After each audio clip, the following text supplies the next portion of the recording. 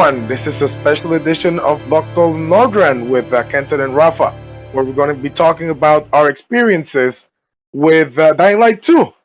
Kenton, how's it going? How you doing with Dying Light 2 so far? I am extremely engrossed in the side quests and just bumming around the starting area. I have over $40,000 and I have nothing to spend on. I'm going to tell you, they promised right before launch that you would have at least 500 hours of gameplay with all the stuff they have for you to do. And I'm starting to think they didn't exaggerate. There is so much stuff to do in this game. I They're wanted, definitely well, if yeah, you want to go from house to house, I don't really know what's past the starting area, so you could talk more to that. But just go running around and just doing loot goblin stuff takes so much time. yeah. So I wanted to do the typical review of the game. It's an early review of the game. I'm a bit more advanced than Kenton, but he's done a lot of playing, even though he's around the starting area. We want to talk about the game's sound, the graphics, the gameplay, and some of the games being review bumped hard both on Steam and websites relating to PS4 and Xbox One, as well as PS5 and the new Xbox thingy. So we want to talk about our experiences with the game and whether we would buy it right now, not buy it at all, or wait to buy it until they patch it up a bit. Starting with the graphics, Kenton, what's your take? Um, I don't really see all that much of a difference from the last one. That being said, you kind of have to take into account that this is the lesser console that we're playing on. We're playing on the PS4 version. I have seen videos of PC that looks slightly better with DLSS, and obviously the newer consoles, PS5s, the Series X's, it looks a little better. Not going to go too far into the bugs, but I think my second startup I did fall through the ground, and I think Rafa had that issue as well. But Oh, I spent a day that I couldn't play, and I had to like close the game up and start it up multiple times until it let me play again. yeah, restarting is a way of life with this game right now. It is. Talking about some of first off, my impression is that the graphics are a bit better than the first one, but you have to take into account that the verticality of the game forces the game to have a lot more graphical fidelity in certain areas that wouldn't have been as, let's say, as detailed in the last one, because in the last one it was basically a big playground type area where you could enter some buildings, and in this one you can basically enter everywhere, including some skyscraper type buildings in which you can enter every floor. So I understand why, like, this is a huge game compared to the first one, which was a big one itself. But I will tell you that some of the other bugs, mostly relating to enemy behavior, have been um have been essentially derailing some of the immersion and the experience in the game. And it's the fact, I don't know if this has happened to you a lot, but enemies just freeze mid animations and don't wake up until they're dead. Now I But had one enemy I think this weekend just fly out of the wall of a building. Had no idea he was there. He just came straight at my face. I'm like, oh, yeah, there's a lot of clipping issues. There's a lot of people that look like they're possessed by demons, kind of like the Cyberpunk 2077 and Mass Effect Andromeda thing where they came out. Um, I've seen a bit less graphical bugginess since I restarted the game after installing the latest patch, after I had the problem with falling through the floor. right. The graphics themselves, like problems with clipping and all that, have been a lot better for as long as I've played today. Do I you have any actually other? haven't actually had that audio bug since I got version 1.05. Which is a good segue into talking about the game's sound. I think the game's ambience is great. I think a lot of the sound is great, but that sound bug, I had it again today, and I had to turn off the game and turn it back on. I think this is my theory. I think in my case, it may have something to do with leaving the PS4 in rest mode instead of going outside of like shutting down the application and turning it back on. That's I'm gonna be looking through that as It, I play the next for couple me, days. the first couple days I played it, it came back even after I restarted it. So it was definitely. I think it has something to do with the audio queuing because I don't know if you've noticed this as well. I also Yes, want to cover something at first. The audio bug we're mentioning is when the NPCs, the dialogue, you can't hear them. Like they don't, their mouths don't move. You don't hear them talking, and there's no subtitles. The subtitles disappear completely, so you miss very important plot points throughout the entire story. So it's a yeah. pretty significant bug. It also fast forwards the sound, so you can't hear what they're saying. They're not moving their mouth, and it's like a conversation that should take maybe 35 seconds goes through in like 10. And it's a pretty bad bug that they really need to get to work on fixing. But now that we're talking about the sound, we talk about the ambient sound, but we've been raving about the voice acting in this game, especially the guy who plays the main character. What were you thinking?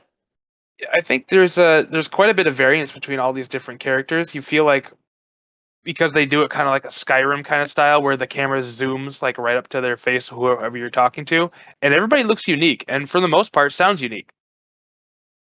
I think that like the voice acting in this game gives a lot of personality to the characters. As you play, you'll notice the fact they're talking about two different factions here without spoiling anything, and you can see by the way they behave that the voice actors were clearly instructed to play up the part of the faction that they were a part of. You know, because you have a faction that's kind of a militarized police, and you have a faction that's more of like free people who want to do whatever they want. And the militarized guys sound like they're they're post apocalyptic cops. You know, they're very straight edged and all that stuff. But on the other side, the other guys they sound a lot more free. They're more prone to using curse words, which I think is a very nice touch, and it isn't something that you necessarily see in games that don't have this level of production value. Yeah, I agree. I There's nothing really else I can touch on with this. The sound doesn't really move the needle for me for most of these games. A lot of games I play, so but it's definitely noticeable if it's bad. I will tell you though that the fact that the main character is very adept at machine gunning quips, that's really good, and it really adds a lot to the game because it makes him seem like less of an like he's adept at quips, but it makes him seem like more of a human being because he's not like giving these badass one-liners, but more like trying to sometimes defend himself and people who are trying to be sarcastic towards him. He just feels like an actual human being, even though he's the protagonist of a game of this caliber. You kind of get that feeling that he's been on the roads going from settlement to settlement, and he's had to rely on himself and his own quick wit and talking to get through some situations where he wouldn't be able to just fight his way out. Yeah, and he also you can feel in his voice that he's not very trusting of some people sometimes, and you'll feel him kind of change his tone as he becomes more let's not say intimate, but it starts trusting other people a little bit. But again, the voice actor for this game is just an absolute A plus for me. What I've seen most people, they're not only in their model but also in their voice acting are very differentiated, and I think that's a very nice touch for specifically this type of game, where a lot of what's actually happening in the world, how desolate the world is, can be felt in the way people look and talk. And that is a good point to move on to the gameplay, which I'm sure you're going to be doing a lot of gushing about. It's pretty on point. I mean, they messed up a bunch of things, a lot of terribly game breaking bugs with this. But the one thing that hasn't disappointed, well, at least for me, I think the running, the movement, the fighting is pretty clean, pretty tight. I think that the parkour is about as good as it's going to get in any game. It's absolutely amazing. It'll take you a little bit to get used to his movements, and the difference between the short jumps and the long jumps, because you're used in most of this game that you're just going to use this big looping jump, including in the first one. But in this one, you have to learn how to do the short jumps, or you're gonna be eating a lot of brick floors and walls throughout the runtime of this game. And so I think this is a good point to talk about the challenges. Like when you do the parkour challenges, like there's little races that they set up for checkpoints around the city, kind of like Assassin's Creed. They'd have something where you have to chase something around, but this way you get used to trying to plot your path a couple steps ahead, and you're like, okay, this is a short jump, long jump. Try to hit this with your feet, not try to clamber over it.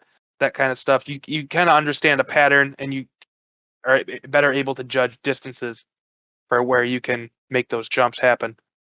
Another thing I think this game excels at is when you're really high up, the feeling of just like being afraid of heights. Have you Yeah. noticed when you're really high up and you make a jump that you're not sure you're gonna make, you're like you hold your breath for a second? Hasn't that happened to you while playing? Well, once you get to the point where, well, when you're up really, really high, yeah, that makes sense. I also really like this game has something beautiful, which is the sense of progression that's not necessarily tied to you becoming more powerful, but rather more versatile. And that's something that games of this caliber don't usually get right. Like the skill trees in this game, what they do is they give you tools in order to be able to face any sort of situation instead of outright making you more powerful. It's Do almost like you they took a lot of time trying to balance your movement, your fighting, and your combat, and didn't want to ruin that balance by giving you game breaking abilities later on. And yeah, another thing they did was they really focused even harder on melee combat this time around, because as far as we're concerned, there aren't going to be any guns in this game.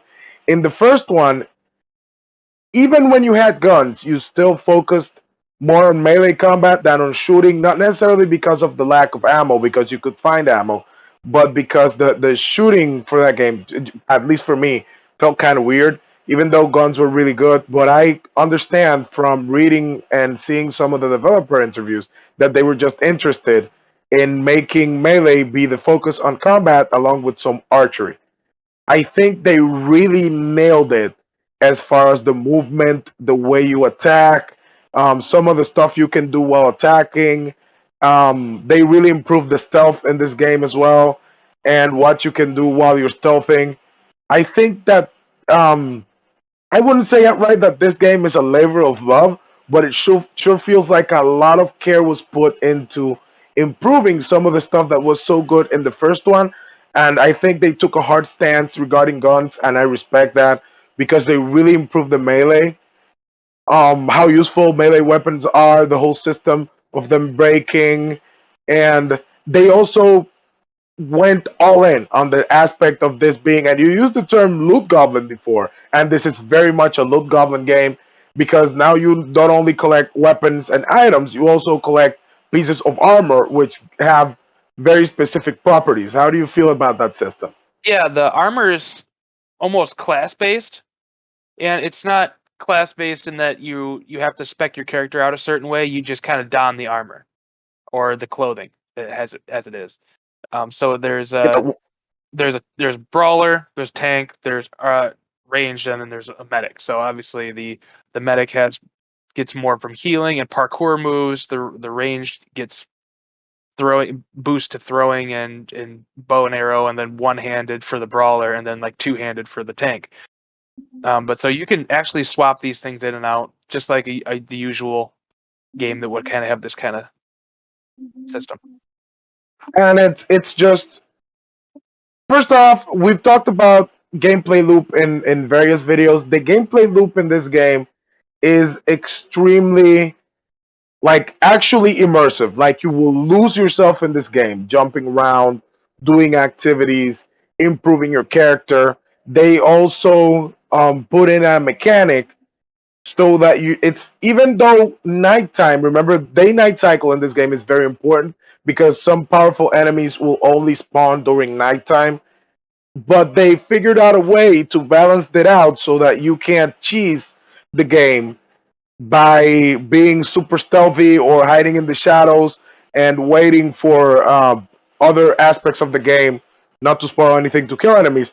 But now you have to manage resources in order to be able to move around and be alive during nighttime. So they've crafted a system where there's a risk reward factor because of certain areas you can only enter during night, even though this was Well, introduced in it's the not, first you one. can't Yeah. only enter those areas at night. It's just pretty impossible to go in there during the day. Yeah, you'll get wrecked if you go. But this is the same system they used in the first one. They just perfected it here. I Because in would the first argue one, it's actually kind of easier to go out at night in this one than it is in the last one. oh no, way easier. But Yeah, they balanced it out because you can't stay at night indefinitely because of a mechanic you'd have to play the game. Even though I'm pretty sure they'd shown it in trailers and stuff before, but you have to manage a resource to be able to just run around at night and do whatever you want to do. So again, you have all sorts of activities. You have to acquire a certain item to strengthen your health and your stamina, and you need to do activities to get that. Some activities include raiding places. Other activities include fighting enemies. and There some are of these activities. activities are only at night.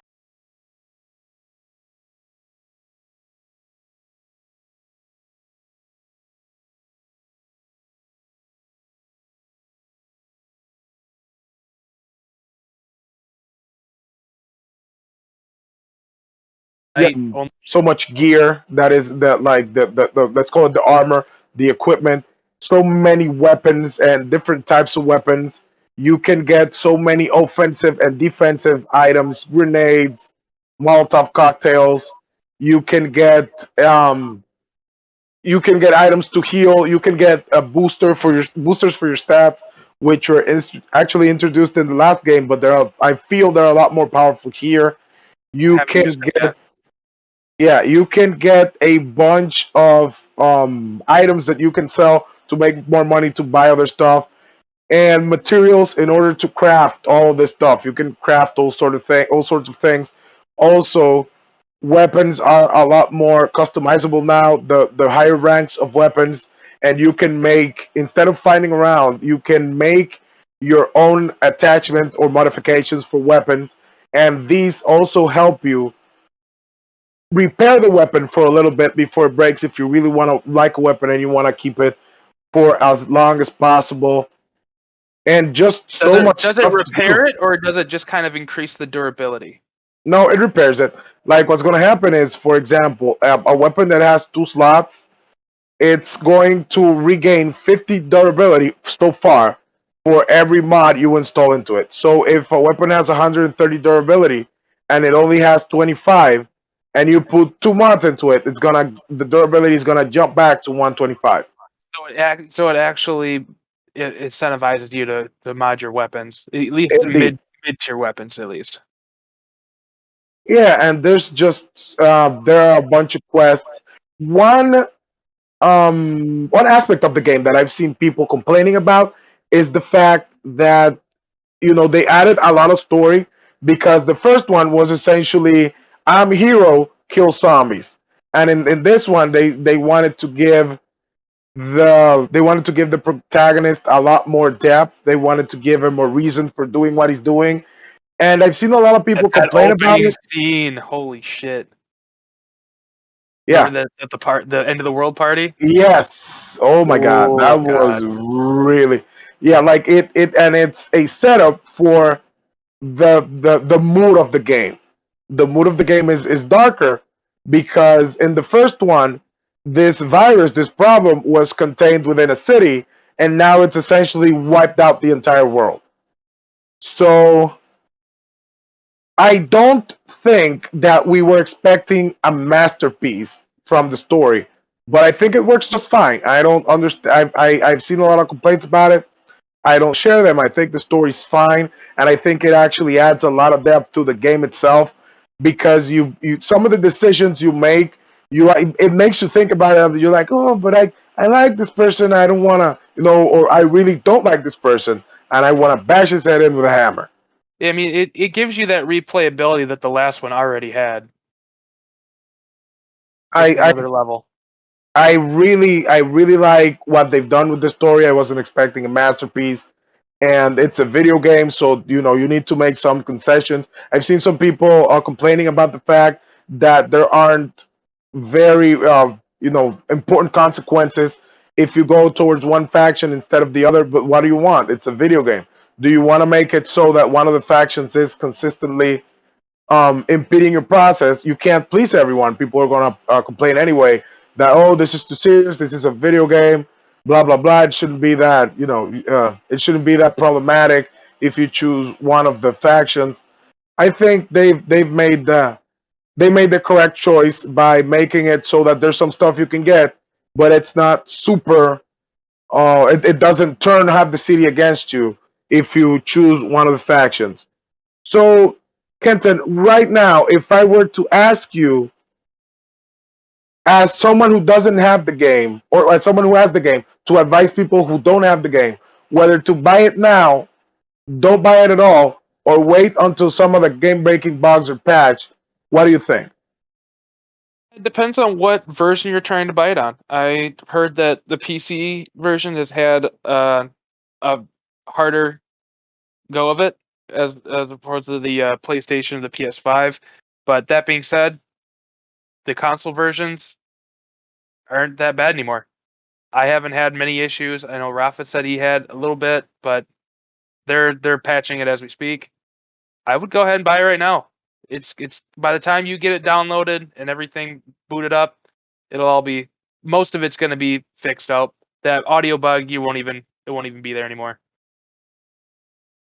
I'm just gonna outright say I think that their 500 hours of gameplay is possible. I think this is has all the makings of a great game. I think they'll patch up whatever's wrong. I would like we bought it, and I think it's amazing. I'm so engrossed by this game.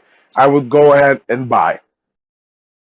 I You would say changed your mind from the beginning of the video. no, because listen, I'm going to outright say that maybe the problem is that we're playing in PS4. If you've got a PS5 and or the new Series Xbox, probably plays even better. But I've just spent so many hours on this game and not been bored for literally a second of it, even with the problems I've had. That yeah, it's a good idea to buy it right now. I would actually rate this game, even with all the bugs, an 8 out of 10 right now, expecting it to finish up after everything patched up as a probably 9.5 out of 10 game.